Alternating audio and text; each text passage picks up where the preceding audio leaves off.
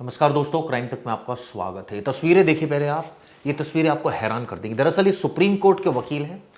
इनका नाम पंकज शर्मा है। आप सोचिए, इनके साथ मारपीट होती है और दिल्ली पुलिस यानी दिल की पुलिस जो मुकदमा दर्ज करती है, इनका आरोप है कि हल्की धाराओं में मुकदमा दर्ज किया।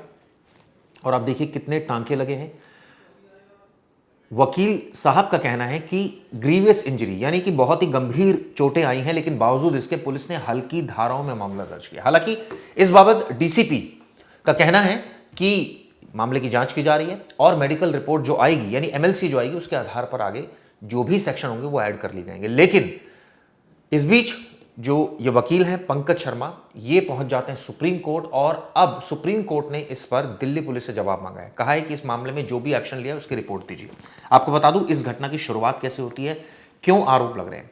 ये मॉडल टाउन में रहते हैं वकील साहब, अपने घर पर मौजूद होते हैं। अचानक ये बताते हैं कि 11 जुलाई की बात है, इनके घर में 4 लोग घुस जाते हैं और जिनका नाम है अमित गर्ग, क्षितिज गर्ग, कुलराज, रोहित और अन्य। मतलब इसका सीसीटीवी भी सामने है, ये भी आपको दिखाऊंगा। ये लोग घुसते हैं, इसके बाद इनके साथ मारपीट करते हैं। इनके सिर पर लोहे की गेट टकरा जाता है जब इनके साथ गुत्थम गुत्था हो रही होती है। अब आप सोचिए, इतने गहरे घाव इनके लगे हुए हैं और चोटें लगी हुई है। इसके बाद ये बताते हैं कि आरोपियों ने खुद को, जो एक आरोपी था उसने कहा कि मैं यहाँ का प्रेसिडेंट हूँ मॉडल टाउन का और मैं जो है वो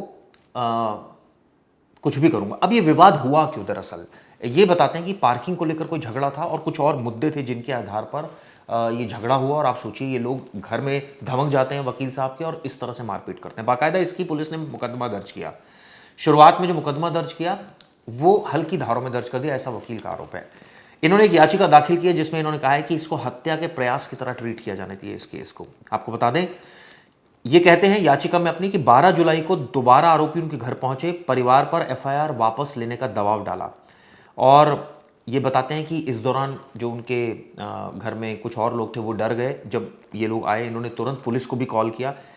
अब इस घटना की जो निंदा है वो सुप्रीम कोर्ट बार एसोसिएशन ने भी की और बाकायदा इसकी दिल्ली पुलिस के जो कमिश्नर है उनको एक पत्र लिखा है और कहा है कि इसकी निष्पक्ष तरीके से जांच कराई जानी चाहिए और इसमें संगीन जो धाराएं हैं वो जुड़नी चाहिए।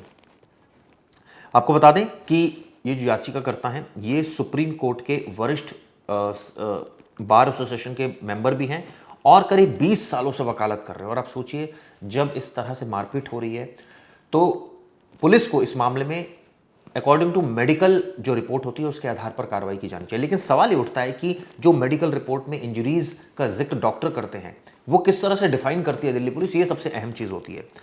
ये बताते हैं 11 जुलाई को इनके घर में जानलेवा हमला हुआ, करीब 8 टाके आए हैं इनके, आप सोचिए।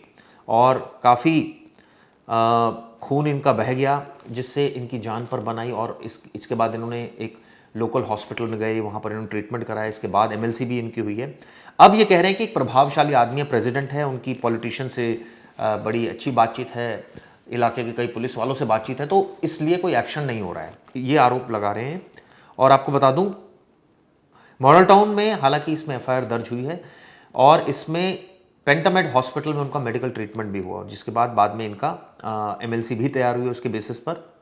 अब जो इन्होंने याचिका दाखिल की उसमें क्या क्या मांग की गई वो आपको एक बार बता दूं। इन्होंने मांग की है कि हत्या के प्रयास जैसे संगीन धाराएं इसमें जुड़नी चाहिए, निष्पक्ष और प्रभावी जांच होनी चाहिए, सभी आरोपी जो आरोपी उनके खिलाफ कार्रवाई होनी चाहिए। लेकिन जो अभी मुकदमा दर्ज हुआ उसमें एक और चौंकाने वाली फैक्ट यह था कि जो आरोपी है उनको तुरंत बेल मिल गई। आप सोचिए, इतनी बुरी तरह से पीटा, सर में टाके आए, वकील साहब के ग्रीवियस इंजरीज नजर आ रही है, लेकिन पुलिस जो है वो टेक्निकलिटीज में घुसी है। उनका कहना है जो एमएलसी रिपोर्ट में जो डॉक्टर लिख कर देगा, कई बार हमें इंजरी बहुत बड़ी दिख रही होती है और वास्तव में एज पर सेक्शन जो इंजरी होती है उसके अकॉर्डिंग सेक्शन जो भी फिट होता है वो लगा दिया जाता है। लेकिन सवाल उठता है कि क्या इसको हत्या के प्रयास के तहत ट्रीट नहीं किया जाना चाहिए इस केस को, ये सवाल एक उठता है।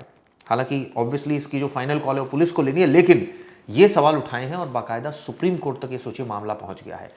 एक वकील के साथ मारपीट होती है और इस तरह से मामला अगर सुप्रीम कोर्ट तक पहुंचे और सुप्रीम कोर्ट को इंटरवीन करना पड़े तो अपने आप में ये बताने के लिए काफ़ी है कि पुलिस को ऐसे केसेस में बहुत ही संवेदनशील रवैया अपनाना चाहिए। सिर्फ इसी केसेस में नहीं, हर एक केस में अपनाना चाहिए। वो एक अलग बात है कि कई बार कई केसेस में पुलिस नहीं अपनाती, ये तमाम आरोप टाइम टू टाइम लगते रहे। चलिए, इसमें आगे जो भी कार्रवाई होगी हम आपको बताएंगे, इसमें जो भी अपडेट होगा। लेकिन आप सोचिए किस तरह से पुलिस ने, जो आरोप है कि पुलिस ने इसको हल्की धाराओं में दर्ज किया, आरोप है पुलिस पर कि हत्या का प्रयास नहीं लगाया गया, आरोप ये है पुलिस पर कि इस मामले में मेडिकल रिपोर्ट्स को नज़रअंदाज किया गया, ये आरोप है कि आप सोचिए कि जो वकील का कहना है कि इस पूरे मामले में साफ साफ धारा बनती है हत्या की कोशिश, उसके तहत गिरफ्तारियां हो, उसके साथ आरोपी को गिरफ्तार किया जाए, उसको जेल भेजा जाए, इस तरह के तमाम वो जो आरोप है और जो याचिका में उन्होंने जो प्ली ली है वो लगा रहे हैं। देखना है इस मामले में सुप्रीम कोर्ट या दिल्ली पुलिस के जो एफआईआर दर्ज की उससे संतुष्ट हो पाता है या फिर आने वाले वक्त में सेक्शन चेंज करती है पुलिस, क्योंकि शुरुआत में मुकदमा दर्ज किया गया वो इनिशियल रिपोर्ट के आधार पर किया गया और कई ऐसी रिपोर्ट्स होती जो पेंडिंग होती जिसको आने के बाद कई बार सेक्शंस बदल भी जाते हैं। चलिए उम्मीद करता हूँ इस मामले में जो डीसीपी नॉर्थ वेस्ट है और इलाके की पुलिस है वो संजीदा रुख अख्तियार करेगी और जो एज पर लॉ है वो उसके अनुसार कार्रवाई करेगी। वीडियो कैसी लगी जरूर बताइएगा। शुक्रिया।